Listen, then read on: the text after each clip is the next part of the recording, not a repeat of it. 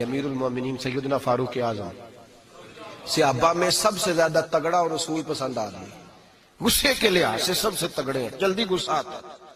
ایک شخص کہتا ہے میری بھارے تگڑے قبیلے میں شادی ہو گئی، بیوی میری بڑی سخت تھی، اس کے لب و لہجے میں بڑی سختی تھی، وہ قبیلہ بڑا مالدار تھا تو میں بات نہیں کرتا تھا۔ ایک دن میری بیوی نے بڑے سخت جملے کہے تو میں جناب عمر کے پاس آ گیا۔ توجہ ہے آپ دوستوں کی؟ کہتے ہیں حضرت عمر کے پاس آیا تو میں نے دروازے پہ دستک دی، بیوی کی شکایت کرنے آیا کہ ذرا مہربانی کریں، تو کہتے ہیں جناب عمر اندر سے اٹھے تو ان کی زوجہ بولنے لگی، کہنے لگی بس آ گیا آپ کو کوئی بلانے والا، ابھی 5 منٹ نہیں ہوئے تھے آپ کو آئے، سارا دن آپ مسجد میں رہتے ہیں، ساری رات آپ چہرے پہ نقاب ڈال کے گلیوں میں گھومتے ہیں، اتنی ڈیوٹی آپ کرتے ہیں، گھر یہ میرا اکیلی کا ہے، بچے میری تنہا کے، آپ کو کچھ خیال ہونا چاہیے، کچھ توجہ کریں۔ وہ شخص کہتے ہیں وہ بی بی بولتی رہی اور جناب عمر ہنستے رہے، اور ان کی مسکراہٹ بھی میں سن رہا تھا۔ جب آپ بہت زیادہ مسکرائے نا تو وہ بھی مسکرانے لگی، زوجہ بھی مسکرانے لگی اور کہنے لگی اب کیا کہتے ہو؟ تو جناب عمر کہنے لگے کیا یہ رہا ہوں کہ اگر تیری بات ختم ہو گئی ہے تو میں جاؤں، اور اگر ہے تو میں کھڑا ہوتا ہوں، سنا لے کوئی اور بھی ہے تو۔ یہ بات کہہ کے باہر آئے نا جناب سیدنا عمر فاروق، تو وہ شخص کھڑا تھا، آپ نے فرمایا کیسے آئے ہو؟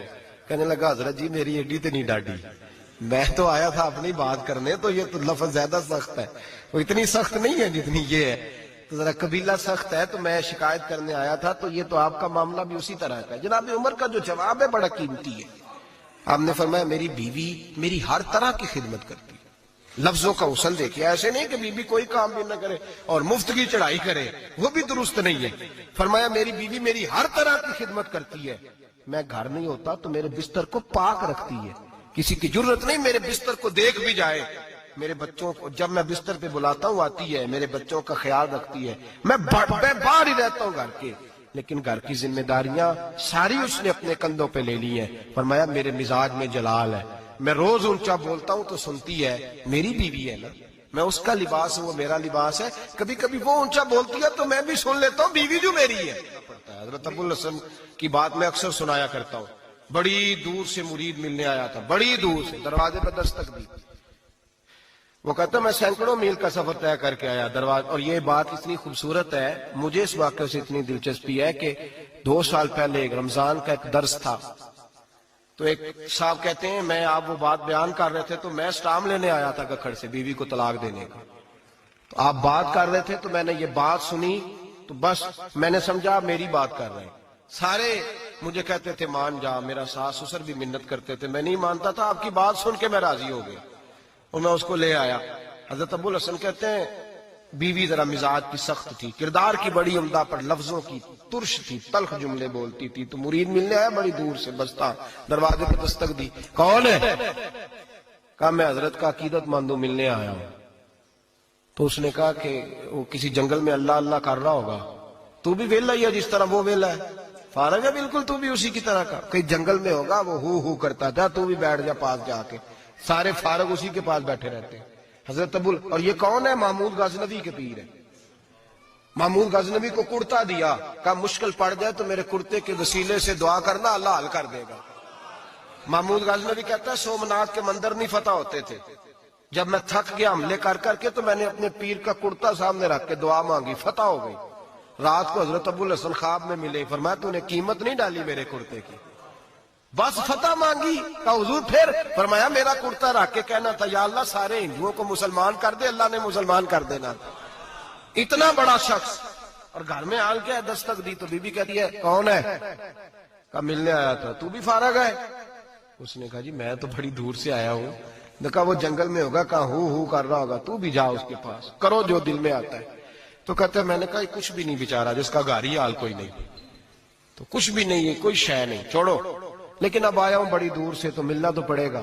کہتے میں نے جنگل کی طرف منہ کیا، شام ہو رہی تھی تو حضرت شیر پہ بیٹھے ہوئے، شیر پہ بیٹھے آ رہے، پھر میرے دل میں خیال آیا کہ بیوی رام ہوتی نہیں اور شیر کو لگام ڈالی ہوئی ہے، کیا وسوسہ آیا؟ تو فرماتے ہیں نیچے اترے تو فرمانے لگے کہ ساری عادتیں اچھی ہیں، زبان کی نہیں اچھی، ساری عادتیں، میں نے بتایا نہیں، خود بولے ساری عادتیں اچھی ہیں، زبان کی نہیں اچھی، اور مجھے پتا ہے میں نے نکال دی تو کوئی رکھے گا بھی نہیں، کسی کے ساتھ گزارا نہیں کر سکتی، میرا تو ہو رہا کوئی نہیں رکھے گا۔ فرمانے لگے میں اس بد زبان سے حسن سلوک کرتا ہوں، اللہ نے بے زبان مخلوق میری فرما بردار کر دی.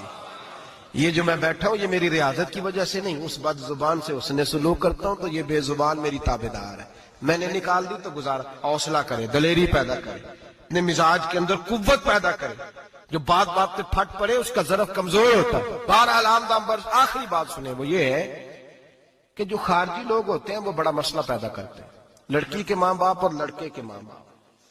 میں تو منت کرتا ہوں ماں باپ کی، منت کرتا ہوں خدا را ان کو بسنے دے، مہربانی کرے ان کو بسنے دے، ان کو وقت گزارنے دے.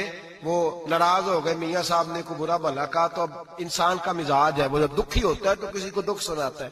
تو اس نے بیوی نے فون کر دیا اپنی بہن لاہور والی کو کہ میرا میاں ہے. تو اس نے کہا میں تو پہلے ہی ابا جی نے کہا سی یہ بندے نہیں چنگے، میرا تو میں جیسے کہتی ہوں ویسے ہی کرتا ہے.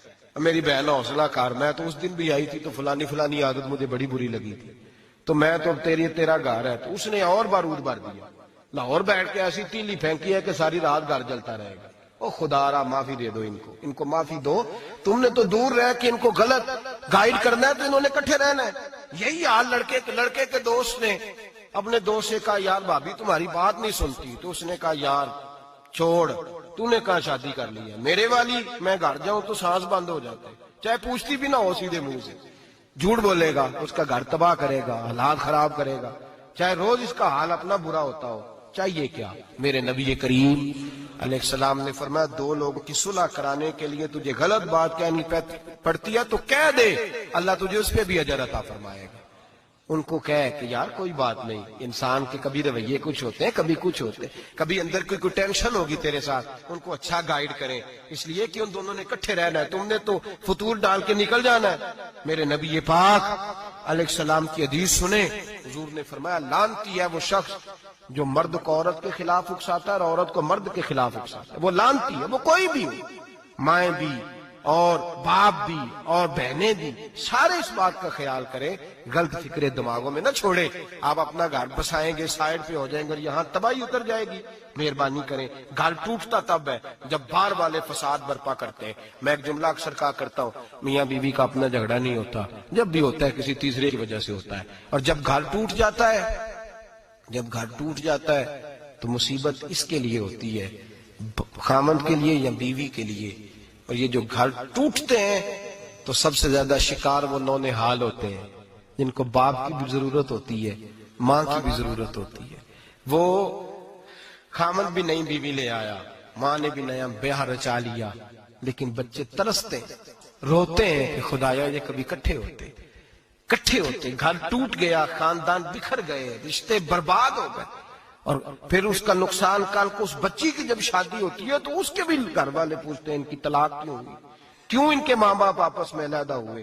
کہاں تک اس گھر کے ٹوٹنے کا اثر جاتا ہے، کہاں تک یہ تباہی اترتی ہے. میرے نبی کریم علیہ السلام نے گھر جوڑنے کا حکم دیا، فرمایا طلاق دینا جائز ہے پر اللہ کو پسند نہیں. خدا را اپنے تصورات کے اندر روشنی صحیح پیدا کریں، سوچوں کو درست کریں، حوصلوں کو بڑا کریں، شریعت کے بتائے ہوئے قاعدے اور ضابطے کے مطابق چلیں. اپنی زندگی اعلیٰ ظرفی کے ساتھ گزاریں گے تو آپ جوڑیں گے اور جوڑنے والے بنیں گے. اور اگر آپ کے اندر حوصلہ نہیں ہوگا تو روز بکھرے گا کام، روز ٹوٹے گا. ہمیشہ مدحت خیر الانام میں گزرے. دعا ہے یہ عمر درود و سلام.